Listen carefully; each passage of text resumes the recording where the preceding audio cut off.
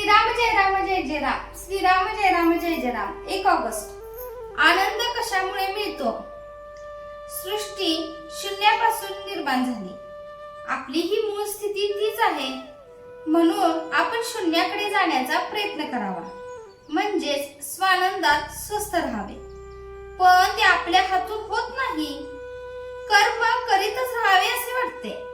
प्रपंचाची दगदग झाली म्हणजे आपण दूर जाऊन बसतो.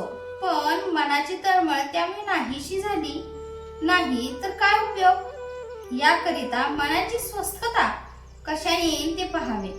आनंद कुणाला नको आहे? आपल्याला आनंद हवा आहे खरा, परंतु तो मिळवण्याकरता जे करायला पाहिजे ते आपण करीत नाही. नोकरी नको आणि खायला हवे हे कसे शक्य आहे?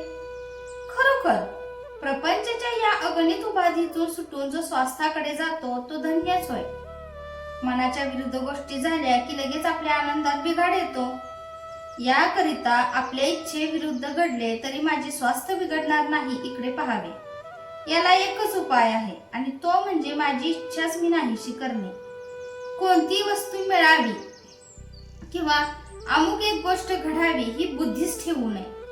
जोपर्यंत हवा आहे तोपर्यंत स्वास्थ्यापासून आपण दूर आहोत असे समजावे. महत्वाकांक्षा खुशाल धरावी, पण त्यामुळे मनाला त्रास होऊ देऊ नये.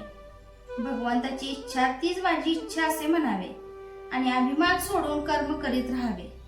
प्रयत्न करून जे काही होते ते रामाच्या इच्छेने झाले म्हणावे. कर्तेपणाचा अभिमान सोडल्याने स्वास्थ्य लाभते. मागे घडलेल्या चांगल्या वाईट गोष्टी आठवण राहणे यामुळे आनंदात बिघाड येतो.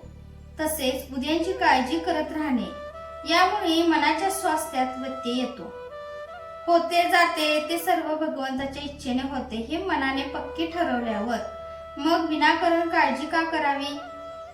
दुःख करणे अथवा न करणे हा मनाचा धर्म असल्यामुळे ज्या माणसाने मनाला योग्य वळण दिले आहे तो प्रत्यक्ष दुःखने भोगीत असतानाही आनंदात राहू शकेल.